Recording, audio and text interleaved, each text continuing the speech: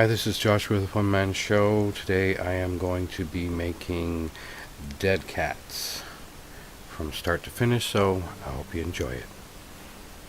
Okay, now I'm going to be making a dead cat for a lavalier and a smaller microphone. Actually, I've made a bunch for sizes like this already, so I'm going to make one for a smaller microphone. And this one here is for a lavalier mic.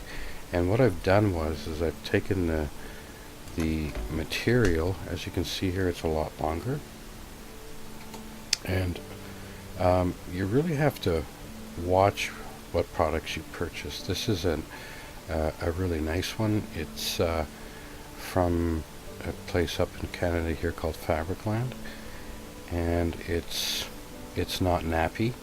And what I mean by nappy is that when you pull it apart, it doesn't. The hairs don't tend to glue together. There's this one here.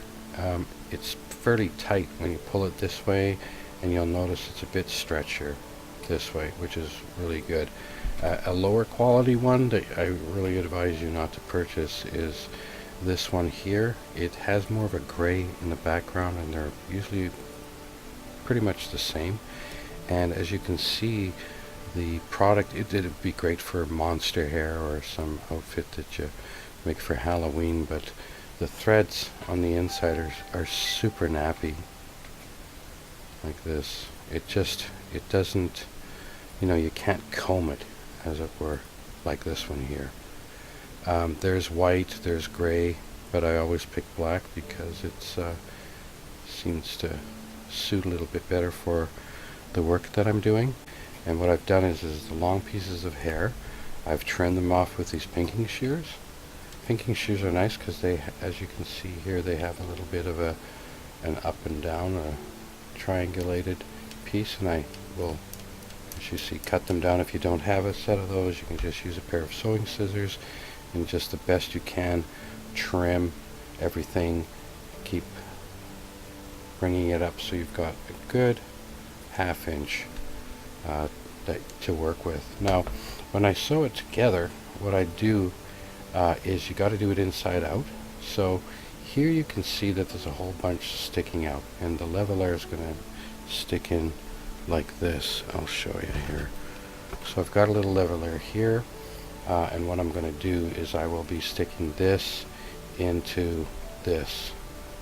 Okay, so, and always the stretchy side will always go this way, so that if you do it too tight, you can manage to put the lavalier on. Now, as I sew it, remember, inside out, you take the two corners, you match them up, and then what you need to do is you need to take all the material that is going to be sewn, and you need to push that half-inch of stuff. Oops. You need to push that half-inch of fur on the inside so that when you sew it, it's facing in. Okay, some people might trim that totally, but I don't, because I want to make sure that I have, no wind. Oops. I want to make sure that no wind sound is going to, hit the microphone, that I've got good coverage. So I'll sew it like that, and you notice that there's no fur sticking out. Okay, so you've got to make sure that's tucked in, and I will place it about a half-inch. As you can see, the guard here is just touching that side, and I will go in reverse and make sure I get a good seam, and then I'll sew it forward, pushing the.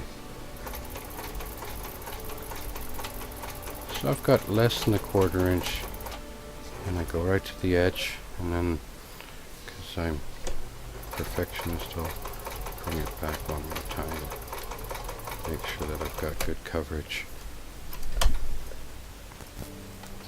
and then this comes back in again, pull it out a bit, and cut it off. And I'll do the same with the other side. As you can see here, I got to push in all the fabric, the fur part in, so nothing's sticking out. You know, worldwide they're called all kinds of things. I mean, some people call them wind muffs, some people call them, you know, faux fur windscreen. Okay, so pushing that in a bit, close the and bring it back a couple stitches, and then stitch it all the way to the end, and then I usually bring it back again. Make sure you don't kill yourself. Okay. Bring up the foot, pull it out, and then I cut the threads off.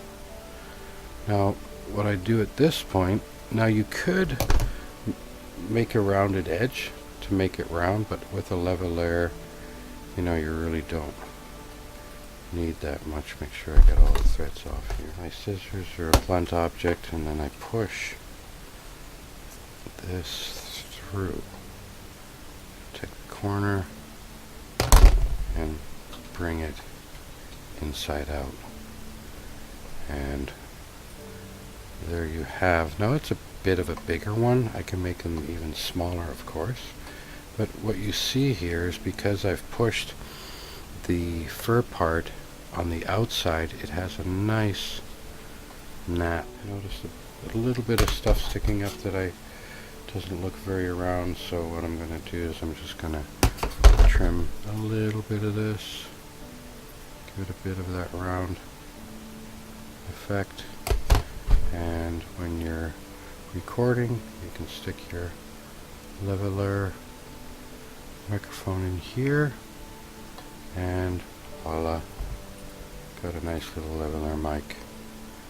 Dead cat, or dead wombat, or dead kitten, or wind tuning mic cover. Okay, I'm going to move on to the bigger one. In the past, I have made lots of different dead cats, and even ones with Velcro to tighten things around it. I've even at times made, you know, seams on the end where I sewed them in, but you really don't need them. It's a lot more work, and as you know, I really feel, you know, having made a whole bunch of them, it's a waste of time. So I just don't do it anymore. As you can see here for my Rode mic, I've made one for it, and there's a seam, of course, and I always make sure that when I put the dead cat in, I make sure that the seam is face down so that as much sound as possible can be utilized through the microphone over the top, and it's like a perfect size once it fits over the foam, as you can see there. And you don't need the seam, you know, it tucks in very nicely, and it works really, really well. So what I'm going to do is I'm going to make a template for this one and show you what I do from the get-go. So what I make sure to do is when I'm making a template is I come around and I wrap the microphone. So what I'm going to do is I wrap the mic and I give it about an extra inch or so on both sides. So I know that's going to be the end of my mic. And I take, I'm sorry, I gotta reach inside my sewing table, grab a piece of chalk, there we go, and I will lay a line that follows the seam, and I will make a line right, so it follows the seam. You can see the line, it's like pretty darn straight, and I will go across there. Sometimes I get so involved with what I'm doing, I'm not even looking at seeing if it's being seen in the camera, and the seam comes about across here. Now, there's a particular way I cut the fabric. Just, you need to cut it right. You can't just cut it where you're cutting all the fur. You need to come on the inside of the fabric so you have as much fur available to you. So come in like that. You can feel it sort of parting the ways, and you make cuts down the seam, and then you come across. You'll notice what I'm doing is making sure that the fur is underneath, or you're at the bottom of what you're working on and not cutting all the pieces of fur on top. There we go. There we go. I'm going to do the same here because I'm just straightening the fabric out. I'll come underneath it a bit. Cut it straight. Now for the bottom, I don't care so much because this is going to be the bottom of the microphone, and I don't mind cutting the residual stuff here. So that's what I'm going to do. So you'll see all this where I've cut, it left lots of nice pieces of fur on the sides. Now this is going to, when you sew it, you're again, like I showed you before, you have to tuck in all the fur before you make the cut. Now on the end here, where the top of the microphone, what I normally do is fold it in half, and I'll give it a little, the sewing, I will put a little circle here and a bit there so that it rounds off nicely. Okay, and what I'm going to do, I'm going to move some of this material, put my sewing machine in again. I'm going to start at the bottom of the microphone, and I'm going to make sure again that I tuck in all the fur before I start sewing. So I've got it tucked in there, and I make sure that the two seams are even. I bring it in, make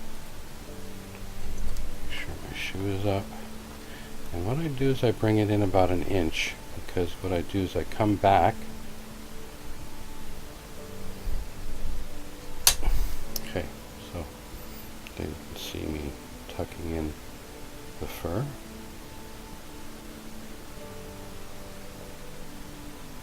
Alright, so I'm going to reverse the stitch so I make sure that I have an anchor stitch, that it won't come undone, and I move forward. I make sure that when I'm doing my sewing that I am making sure that all the fur is on the inside, leaning in as far as I can get it. Okay. There we go.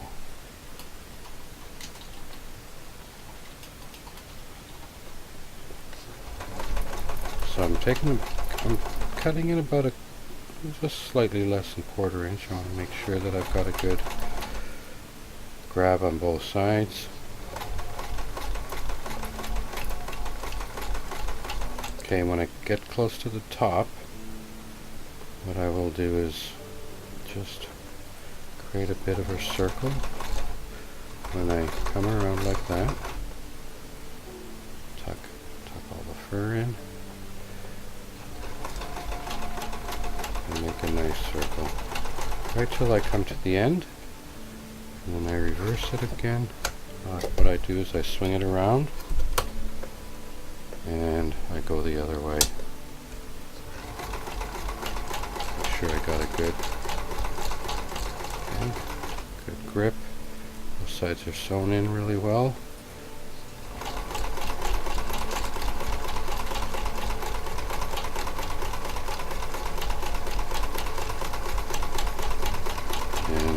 make sure that I reverse it for a little bit, make sure that I don't need to make any knots or that the seam will come undone at all.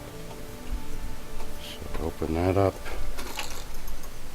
and then I cut it.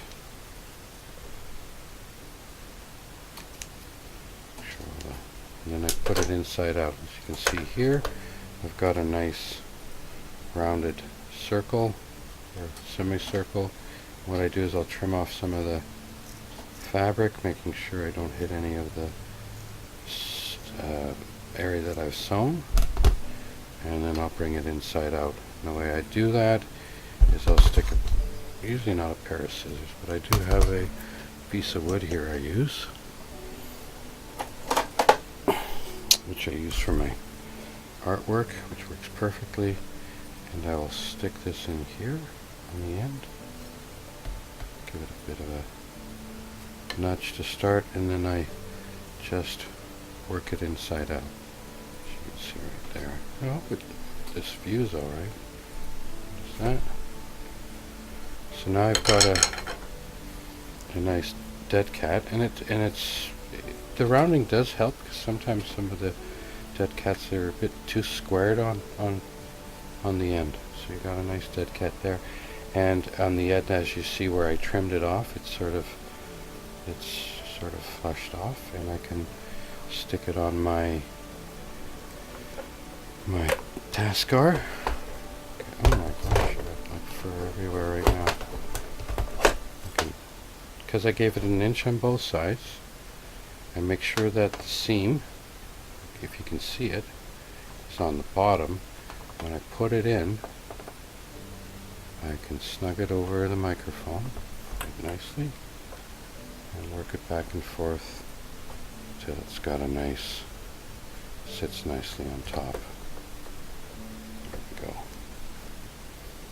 So remember, you give it a good inch. I mean, you may think, oh, that's not good enough, but there we go. So now you've got a great dead cat for your Teskar. You don't have to spend 30-40 bucks. You just buy a chunk of material. I don't usually get a meter. I get about 12 inches. I find the best fabric, and you're humming. So there you go.